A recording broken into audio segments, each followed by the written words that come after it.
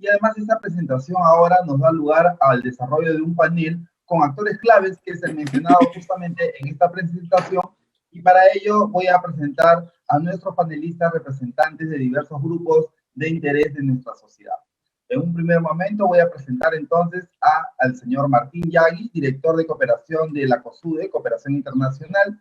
Tenemos también con nosotros a Andrea Chanove Manrique, de la Academia, del Grupo de Interés de Academia, a José Arrieta, representante de jóvenes, a Magali Ávila, de la sociedad civil, a Melania Canales, de pueblos indígenas u originarios, y al señor Carlos Adriansen, del sector privado. Para ello vamos a tener nuevamente a la señora Rosa Morales Arabia como moderadora. Adelante, por favor. Sí, muchas gracias. Le damos la bienvenida entonces a todos los representantes que muy amablemente nos acompañan en este momento. Y una cosa que quisiéramos preguntarles es, desde su rol, desde su sector, ¿qué mirada transformacional para el 2050 esperamos que logre la Estrategia Nacional de Cambio Climático? Quisiera darle entonces la palabra a Martín Yagui, director de cooperación de la COSUDE. Bien, muchísimas gracias, Rosa.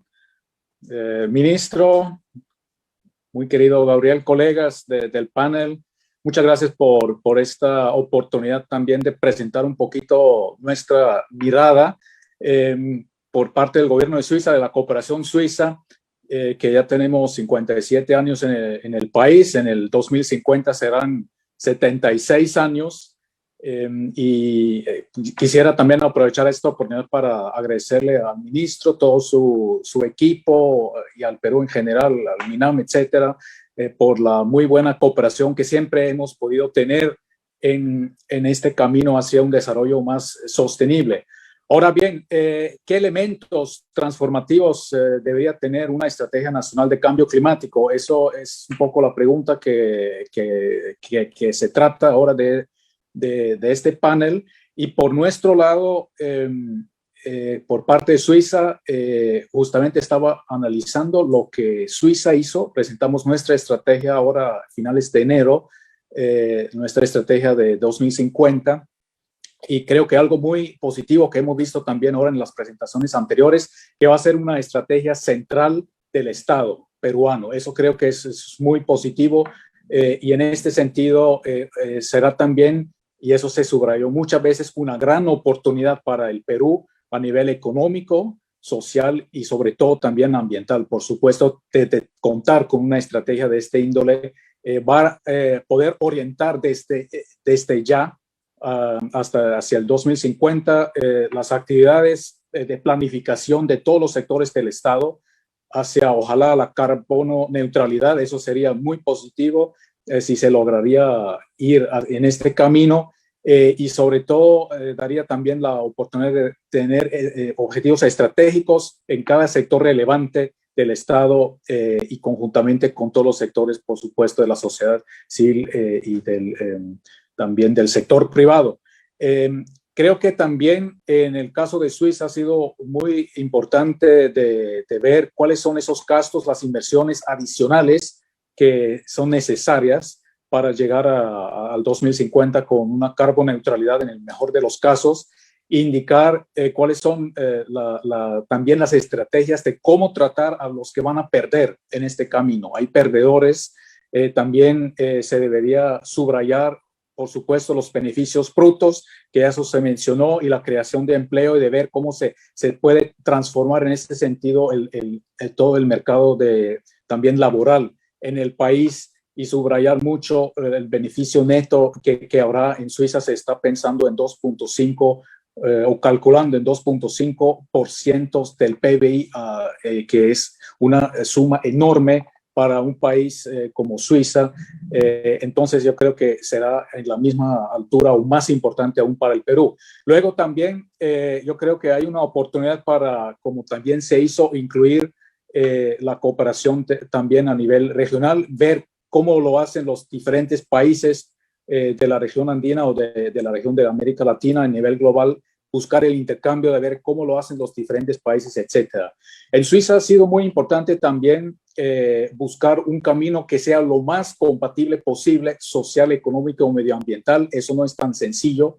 Y adoptar sobre todo el entorno normativo con incentivos económicos. Estoy hablando ahora de la ley de carbono de Suiza que se está discutiendo todavía. Eso políticamente es muy difícil, hay mucho rifirrafe ahí, pero sí creo que esos incentivos que pueden, incentivos económicos que pueden aportar en este cambio transformativo serían importantes también pensarlos, cómo introducirlos. Luego, Suiza tiene una apertura tecnológica como principio, es decir, buscar también posibilidades tecnológicas, sobre todo también sociales, por supuesto, y una amplia participación estaba también prevista en Suiza, como lo está haciendo el Perú, creo que de una manera muy buena. Y el rol finalmente de nosotros como Cooperación Suiza seguirá siendo fortalecer, digamos, todo que tiene que ver con la gobernanza y la institucional climática, ambiental. Eso creo que no va a cambiar. Buscar seguramente también aportes en adaptación, mitigación y tener esta mirada nacional, pero también fomentar espacios de intercambio regional, global, etcétera, y en ese sentido promoviendo mucho también esta cooperación sur-sur acá en la región. Esto por el lado de nosotros como cooperantes. Muchas gracias y retorno entonces la pauta a Rosa. Muchas gracias. Muchas gracias a Martín Yahi por su participación. Creo que efectivamente Martín nos trae un poco la reflexión de cómo estamos ante un ejercicio único, ¿no? Y a mí siempre todo este contexto de la pandemia me recuerda demasiado al tema de cambio climático porque es un tema global, es un tema que nos afecta a todos. Si alguien decide no hacer nada, entonces no funciona, es el problema de los comunes, ¿no? Y él nos está contando la experiencia en su país, que no es fácil, efectivamente, y Suiza es un país desarrollado. Entonces, sí, es un ejercicio difícil para todos los países, pero consideramos que es necesario discutirlo, plantearlo, ver cuáles son las opciones, ¿no? Es parte del espacio que queremos generar con esta actualización. Y también, por supuesto, el rol de la cooperación, ¿no? En este propio contexto, el rol de la cooperación es fundamental y siempre le agradecemos a Suiza por esto y a los otros países cooperantes también. Ahora le vamos a dar la palabra al representante de los jóvenes, José Arrieta. En el Perú tenemos esta representación en la comisión, en la que va a ser el ajuste de la Comisión Nacional, la adecuación de la Comisión Nacional de Cambio Climático, y se ha conformado un grupo. Los jóvenes ya estaban organizados, pero también se están organizando para participar en esta comisión. Adelante, José, por favor. Muchas gracias por la invitación. La actualización de la Estrategia Nacional frente al Cambio Climático hacia el 2050 es un hito muy importante dado la coyuntura actual que vivimos. Nosotros los jóvenes pagaremos las consecuencias de las generaciones anteriores. Cuando hablo con otros jóvenes siento esa frustración acerca del futuro que nos tocará vivir. Los jóvenes representamos un 25% de la población peruana actual. Por ello, desde nuestra mirada, esperamos la consolidación del enfoque intergeneracional dentro de la NCC al 2050. Reconocemos que actualmente existen políticas enfocadas en la juventud. Sin embargo, es importante articular estas con la gestión climática. Consideramos que es necesario, un plan de acción de jóvenes y cambio climático, con un enfoque de justicia climática intergeneracional. Como primera tarea está la identificación de la vulnerabilidad diferenciada de jóvenes de diferentes regiones del país. La manera más efectiva de prevenir futuras pandemias es la lucha contra el cambio climático. La directora de Salud Pública y Medio Ambiente de la Organización Mundial de la Salud, María Neira, en el cierre de la Jornada Iberoamericana sobre coronavirus y salud pública, mencionó que el 70% de los últimos brotes epidémicos han comenzado de la deforestación. Durante su exposición mencionó que los virus del ébola, el SARS, el VIH, han saltado de los animales humanos después de la destrucción masiva de selvas y bosques tropicales. La pandemia por la COVID-19 ha impactado a las juventudes de forma sistemática, profunda y desproporcionada, mostrando nuestra vulnerabilidad en diferentes áreas como el acceso a la educación, información, empleo, salud y bienestar mental y derechos. En este sentido, se deben ampliar los servicios destinados a juventudes, como son la promoción de mecanismos y herramientas de capacitación, adaptación y participación alineados con la Política Nacional de Juventudes y otros instrumentos relacionados. Es necesario fortalecer la transparencia de conocimiento y saberes ancestrales, locales y regionales a las juventudes, ya que son necesarios para la acción climática. Esto llevado a cabo mediante la participación en talleres y capacitación con la finalidad de que estos no desaparezcan y se puedan forjar un compromiso de réplica entre las generaciones. Sabemos la importancia que tiene la ciencia y tecnología para desarrollar soluciones ante el cambio climático. No podemos dejar de lado el desarrollo que hacemos los y las jóvenes en esta materia. En este sentido, esperamos que a través de las NSC se logre brindar mayor financiamiento de proyectos de tecnologías limpias desarrolladas, promovidas o impulsadas por jóvenes a través de becas o capitales semillas, que permitan apoyar las iniciativas regionales en distintas áreas, tales como energías renovables, compostaje, captura de carbono, entre otros. En esta misma línea es necesario comenzar a involucrar a la juventud en los procesos de inversión pública y en el sistema de inversión pública. En 2019 venimos trabajando como grupo impulsor transitorio de jóvenes y reconocemos el trabajo de juventudes en todo el país. El día de mañana, viernes 12, lanzaremos la convocatoria que permitirá restaurar el grupo impulsor de jóvenes, el primer espacio nacional de articulación de jóvenes en temas climáticos, que permitirá la elección de representantes jóvenes ante la Comisión Nacional del Cambio Climático. Esperamos que la NSC consolide este espacio y lo fortalezca como el medio oficial de juventudes frente al cambio climático. Aprovecho este minuto final, e invitar a todas las juventudes en Perú a este proceso. Muchas gracias. Muchas gracias a José Arrieta. Efectivamente, él ha mencionado varios de los aspectos que preocupan a las generaciones que hoy están viendo el contexto y que son las que van a tener que tomar las decisiones dentro de muy poco, porque como todos sabemos, el tiempo pasa volando. Entendemos también que el trabajo que ellos hacen es un trabajo a nivel nacional, como lo ha mencionado, y entendemos que han estado trabajando en una hoja de ruta en materia de cambio climático, incluyendo esta visión de los jóvenes en las regiones de todo nuestro país. Saludamos ese trabajo y estaremos trabajando con ellos también este tiempo. Ahora quisiera convocar a Magali Ávila, que viene en representación de la sociedad civil. Magali tiene una amplia experiencia en temas climáticos y adelante, Magali, por favor. Rosa, muchas gracias. Primero quiero saludar, ¿no? En representación de las organizaciones de sociedad civil que trabajamos temas ambientales y temas climáticos. Quiero saludar al ministro, quiero saludar también a los panelistas y a los diferentes representantes y actores que están el día de hoy y evidentemente también a las personas que nos están mirando a través del live desde sus casas o desde los espacios donde participen. De hecho, saludamos el proceso de actualización de la Estrategia Nacional de Cambio Climático porque es un hito importante, ¿no? La estrategia, como ustedes saben, la última estrategia fue publicada en el año 2015, después del exitoso trabajo que se hizo en la COP20, ¿no? Y evidentemente se ha constituido básicamente en un hito orientador, ¿no? Que promueve las acciones referentes al cambio climático a nivel nacional. Y que además planteaba desde su inicio un trabajo estructurado de manera coordinada a nivel multiactor y a nivel multinivel. Y sobre ello también las estrategias regionales de cambio climático se han ido formulando y se han ido reformulando sus planteamientos, ¿no? De intervención a nivel local, regional y obviamente con un impacto nacional. Si bien es cierto, han habido avances importantes, significativos gracias a este instrumento, hay temas que debemos abordar con mayor énfasis si queremos cumplir y contribuir con nuestros NDCs y también alcanzar la ambición climática global de lo que ya hemos estado hablando y hemos escuchado a lo largo de las presentaciones anteriores. Los últimos meses, como ustedes saben, ¿no? Han estado marcados por fenómenos climáticos extremos, no solo en Perú, sino en todo el mundo, ¿no? El 2020 es considerado uno de los años más cálidos históricamente registrados.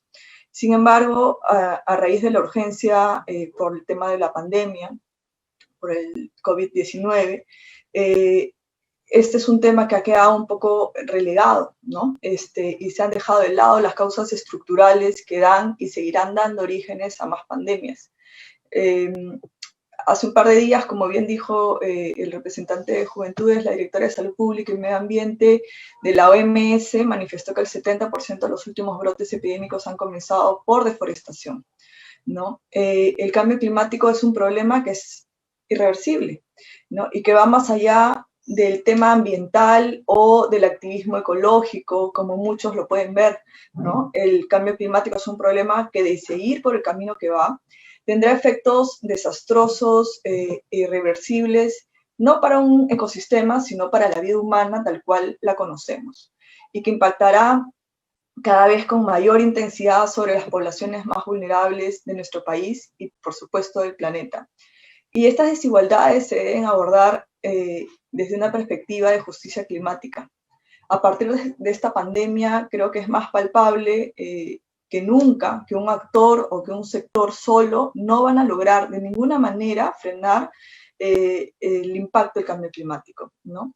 Y ni los procesos adversos del cambio climático. Es necesario trabajar de manera coordinada, de manera participativa, brindar información oportuna, brindar información transparente e implementar, evidentemente, mecanismos de control efectivos para este tema, ¿no?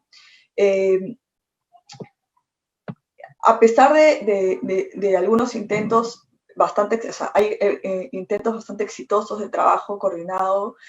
Sin embargo, también, como lo mencionó en un momento el congresista de Belaúnde hace un momento, a pesar de estos intentos, todavía no hemos sido capaces de proponer nuevas epistemologías de relación con la naturaleza y traerlas a la vida cotidiana del ciudadano, ¿no? De manera masiva a través de una narrativa pública de la alta importancia de este fenómeno.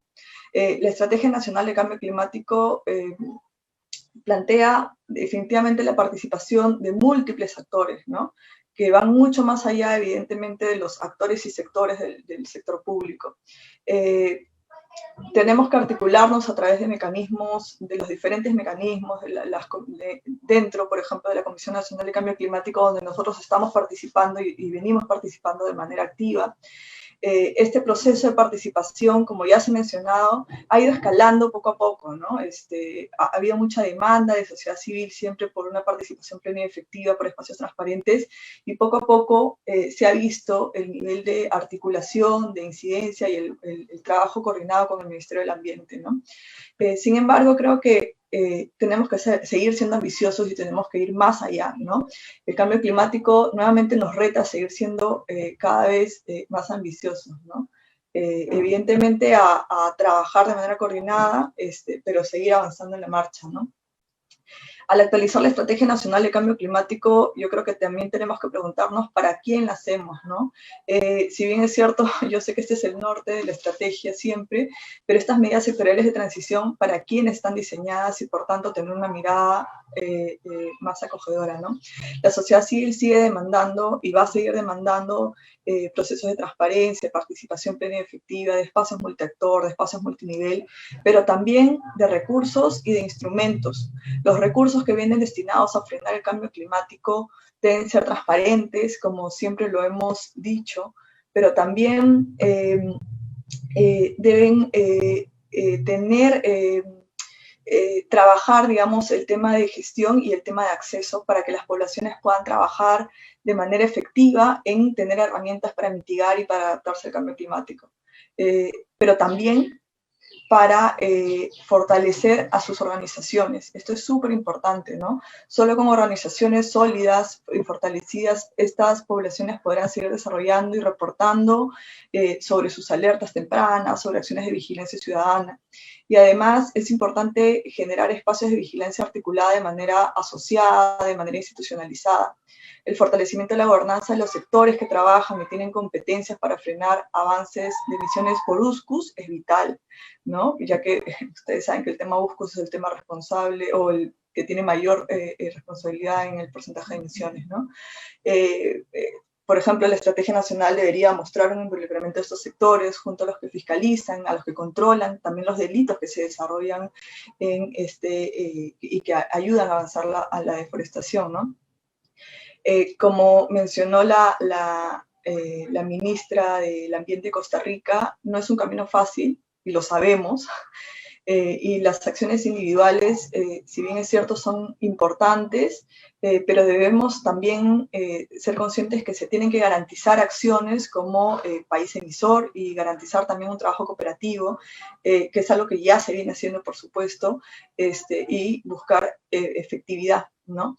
Entre el sector público, entre el sector privado, con sociedad civil, sin reducir los estándares ambientales, sino por el contrario, ¿no? Aumentando esto, incorporando soluciones basadas en la naturaleza para luchar contra las amenazas del cambio climático.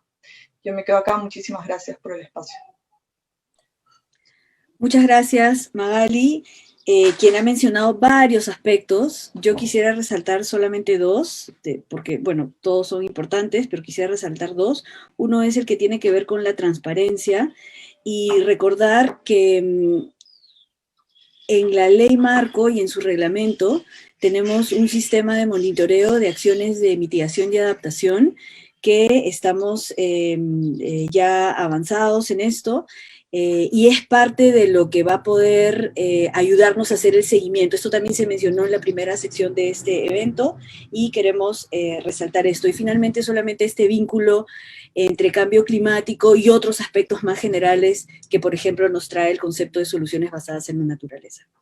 Quisiera darle la palabra a Andrea, discúlpame, te voy a dar la palabra ahora, representante de la academia, Andrea Chanove Manrique. Gracias.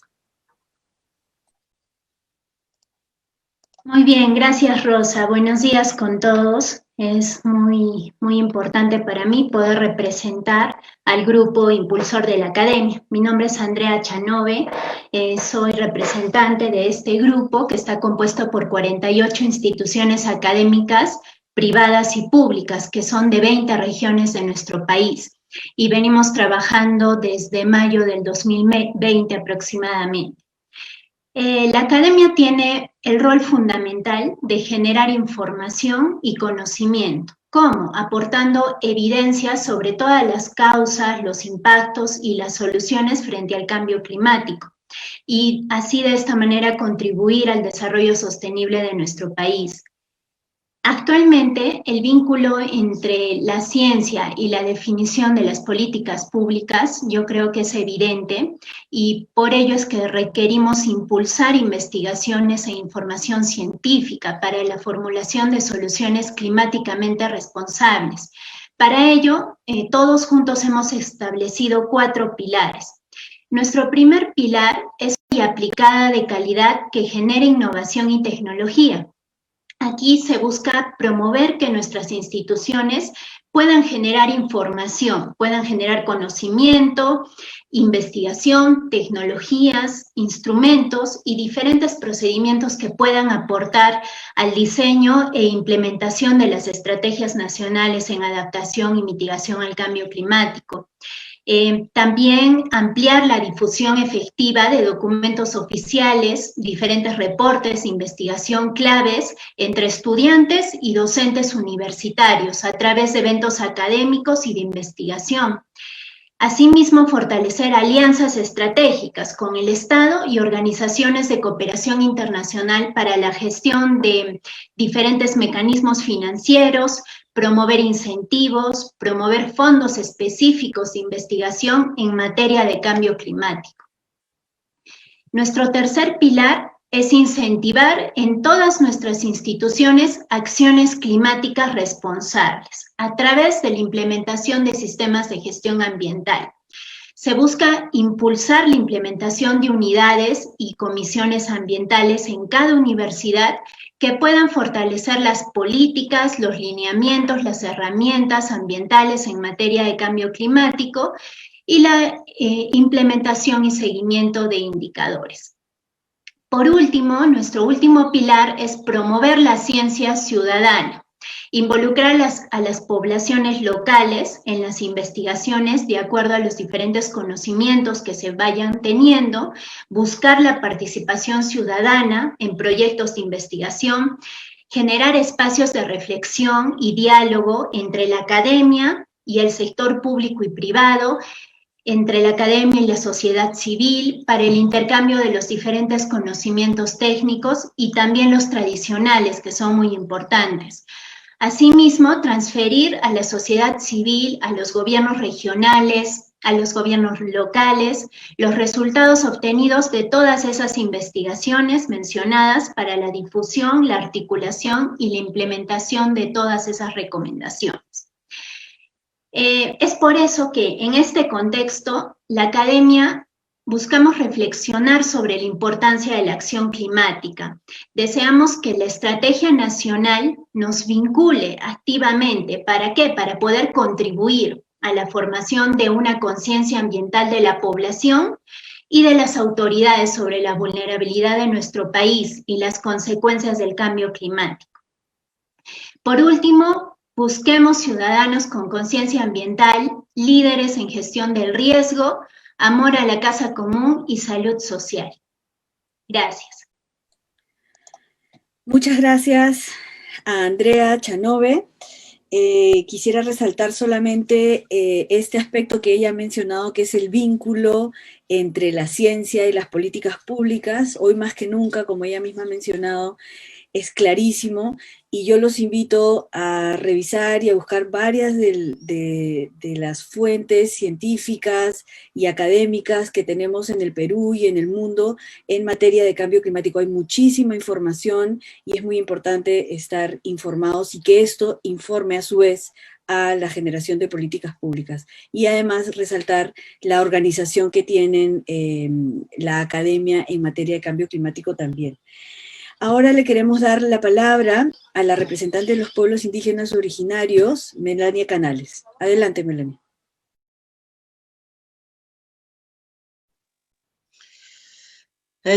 Alguien causa y cacho, le aparece quichita, chaylao piliu taricoscunata, ari, bueno, esta vez como integrante de la plataforma de pueblos indígenas para enfrentar el cambio climático, que somos 7 organizaciones nacionales y que esta vez me han designado, ¿no?, para representar en este evento.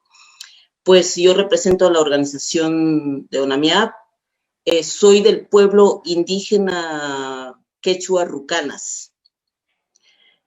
Una de las cosas que queremos empezar diciendo es que los pueblos indígenas no somos los únicos afectados y vulnerables frente al cambio climático, sino es toda la humanidad. Y es por ello que necesitamos acciones concretas y urgentes. Tener en cuenta que los aportes de nosotras, las mujeres indígenas y los pueblos indígenas frente al cambio climático es fundamental y decisivo, porque hemos demostrado a lo largo de los siglos que la forma como nos hemos relacionado y cuidado a la madre naturaleza, a la Pachamama, a la madre tierra, hemos garantizado que la especie humana no desaparezca y que todavía hoy gozamos de la madre tierra. Hemos cuidado las cabeceras de cuencas que nos dan el agua dulce para vivir, los bosques que son el pulmón del planeta, y asimismo siempre pensando en el territorio integral, los Andes y la Amazonía. Sin embargo, esa forma de vida viene siendo impactada por las actividades que destruyen a la madre naturaleza. Destruyen a nombre del desarrollo. Un desarrollo que destruye y vulnera derechos fundamentales, no solo de los pueblos indígenas, sino de toda la especie humana y del planeta en general. Y creo yo que la pandemia nos está dando la razón, que el uso desmedido de las especies está promoviendo estas enfermedades. Por lo tanto, desde las organizaciones sugerimos que la Estrategia Nacional de Cambio Climático debe recoger el aporte conceptual que tenemos los pueblos y las mujeres indígenas, de entender del territorio de forma integral e independiente al ser humano, donde las cabeceras de las cuencas y los bosques sean protegidos por todos y todas, y que debemos pensar sobre todo en las futuras generaciones. Y las futuras generaciones, no son los jóvenes son el presente. 2, que la Estrategia Nacional de Cambio Climático debe apoyar a que el tema de cambio climático sea transversal en los temas de educación, salud y en la implementación de servicios básicos. Sin embargo, el enfoque intercultural que vemos hoy, que se expresa en la educación intercultural bilingüe y en la salud intercultural, no han logrado implementarse efectivamente. Han dejado de lado a los principales, como se dice, gestores, gestoras del cuidado y la protección de la madre naturaleza, como somos las mujeres y los pueblos indígenas. Que las formas y modalidades de gestión del territorio por el Estado, como las áreas naturales protegidas, deben realizar investigaciones para enfrentar el cambio climático, incorporando los aportes de los pueblos indígenas en las NDCs, así como tenemos la propuesta del RIA y REAC, que ya están reconocidas dentro del reglamento, ¿no? Del reglamento de la Ley de Cambio Climático. Y sobre todo cumplir con lo establecido en la Corte Interamericana de Derechos Humanos, de que estas áreas naturales creadas por el Estado deben respetar y no sobreponerse a los territorios indígenas. Quiere decir que estamos hablando de la seguridad territorial, la propiedad territorial integral de los pueblos indígenas.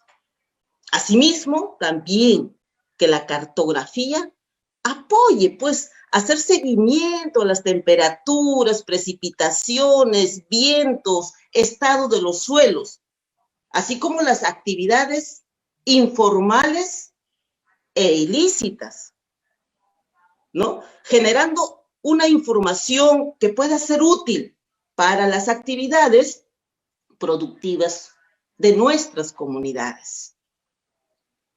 Y también puede ser una alerta temprana, ¿no? Para poder coordinar también, y también coordinar con las organizaciones nacionales.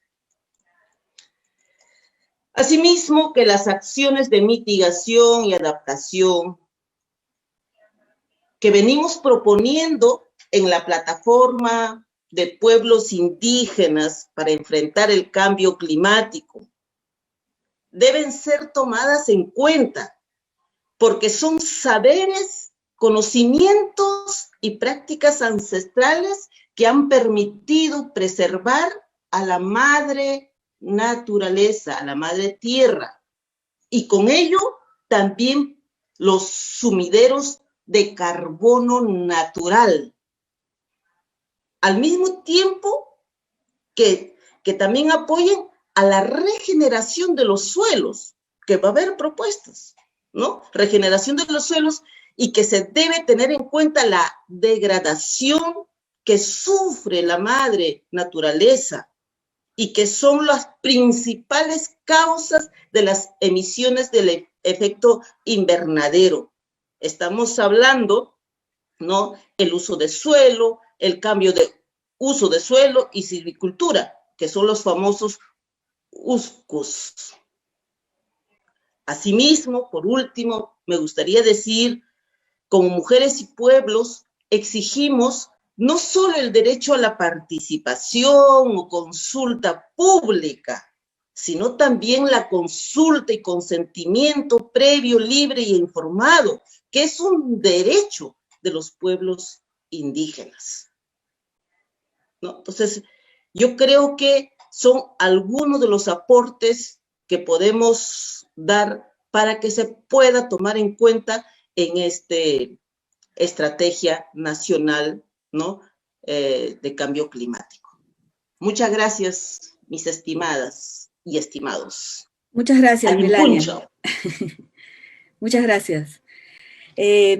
Bueno, agradecemos mucho todos los aportes que hacen desde el lado de los pueblos indígenas, principalmente las acciones, las propuestas concretas que puedan proponer y que dan cuenta también del aporte que se puede hacer para lograr los objetivos climáticos de nuestro país. Ahora le vamos a dar la palabra a Carlos Adriancén, el representante del sector privado, que participa también activamente en la Comisión Nacional de Cambio Climático, representando a los gremios. Muchas gracias, Carlos. Adelante. Gracias y muy buenos días y agradecer la invitación a participar en tan importante evento. Bueno, en primer lugar, ante la pregunta, ¿qué es lo que nosotros vemos y esperamos al 2050 que nos deba traer esta nueva estrategia de cambio climático? Creo que no podemos estar más de acuerdo que la carbono neutralidad es el gran objetivo nacional. Y es el objetivo, digamos, ambicioso que amerita un gran esfuerzo articulado de todos los sectores, ¿no? Del sector público, los jóvenes, la sociedad civil, el sector privado, los pueblos indígenas y, de hecho, el apoyo de la cooperación internacional, porque sin ellos no lo vamos a lograr en el plazo esperado. Yo quisiera concentrar mi presentación básicamente en los pilares que ha establecido el World Economic Forum. El World Economic Forum rescata 4 elementos importantes, ¿no? El primero, la gobernanza, y es que esta Estrategia Nacional de Cambio Climático nos tiene que traer un país más articulado entre lo público, al interior de lo público, que los sectores productivos, el sector rector del ambiente, el Ministerio del Ambiente, el sector economía y finanzas, articulen un propósito común, articulen una visión de Perú común al año 2050 y que todas las acciones, el marco regulatorio, políticas, estrategias y todo, justo estamos en una etapa de actualización de políticas también, se conjuguen en un solo objetivo. Necesitamos fortalecer y creemos que se ha avanzado muchísimo en la plataforma Dialoguemos, pero yo imagino, Rosa, un Dialoguemos privado, un Dialoguemos sector privado, en la que de manera activa, sostenida, nos juntemos con el sector ambiental, con los sectores productivos y ayudemos a fortalecer esta visión. Así que cuenta con eso, cuenta con nuestra participación en un Dialoguemos sector privado. Necesitamos una Comisión Nacional de Cambio Climático fuerte, ¿no? Tú mejor que nadie conoces la evolución que ha tenido la Comisión Nacional de Cambio Climático. Espero que esta actualización, esta versión 2.0 de la Comisión sea mejor. Vamos a tener mayores participantes, vamos a tener una mayor representación y eso debe traducirse en una sumatoria de más ideas. No necesariamente en una dispersión de temas, sino todo lo contrario, concentrarnos en lo importante, en lo relevante, en lo que aporta a la estrategia nacional y llegar a consensos más rápido, pero para eso se necesita el compromiso y el activismo de todos los miembros. El otro pilar es el planeta. Está claro que esto es un proceso global. La señora Melania Canales hablaba de que no solamente, que es toda la humanidad la que sufre los efectos, y eso es verdad. Así que veo a una estrategia nacional mirando esto con ojos de globalidad, poniéndole fuerza al proceso de adaptación. Creo que el Perú tiene ahí una gran ventaja competitiva regional para ser líderes en medidas de adaptación. tenemos elementos importantes como el cambio de uso de suelos, la movilidad eléctrica, la movilidad eficiente, el desarrollo de nuestras ciudades de manera eficiente, y de hecho también tenemos oportunidades en mejorar nuestra matriz energética. Tercer pilar, la gente. Está clarísimo, queremos menos gente sufriendo la pobreza climática. Queremos menos gente sufriendo la minería ilegal, la deforestación ilegal y todas las actividades ilegales que lo único que hacen es depredar los suelos.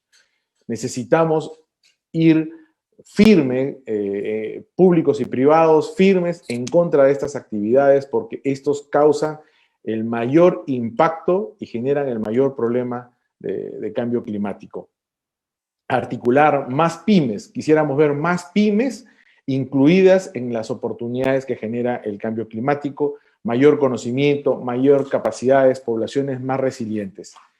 Y, por último, la prosperidad, ¿no? Necesitamos mantener un país competitivo en la región.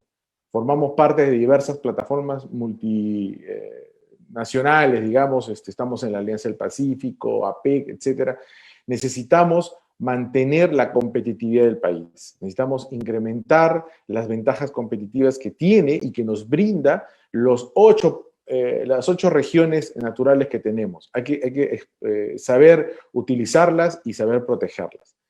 Necesitamos un mercado peruano de carbono para poder mover incentivos, mover iniciativas locales muy fuertes en materia de cambio climático, ¿no? El señor Yagui nos decía, va a haber perdedores. Bueno, esperemos que tengamos, con esta estrategia nacional, esperemos disminuir la cantidad de perdedores. Queremos la menor cantidad de peruanos perdiendo en este proceso.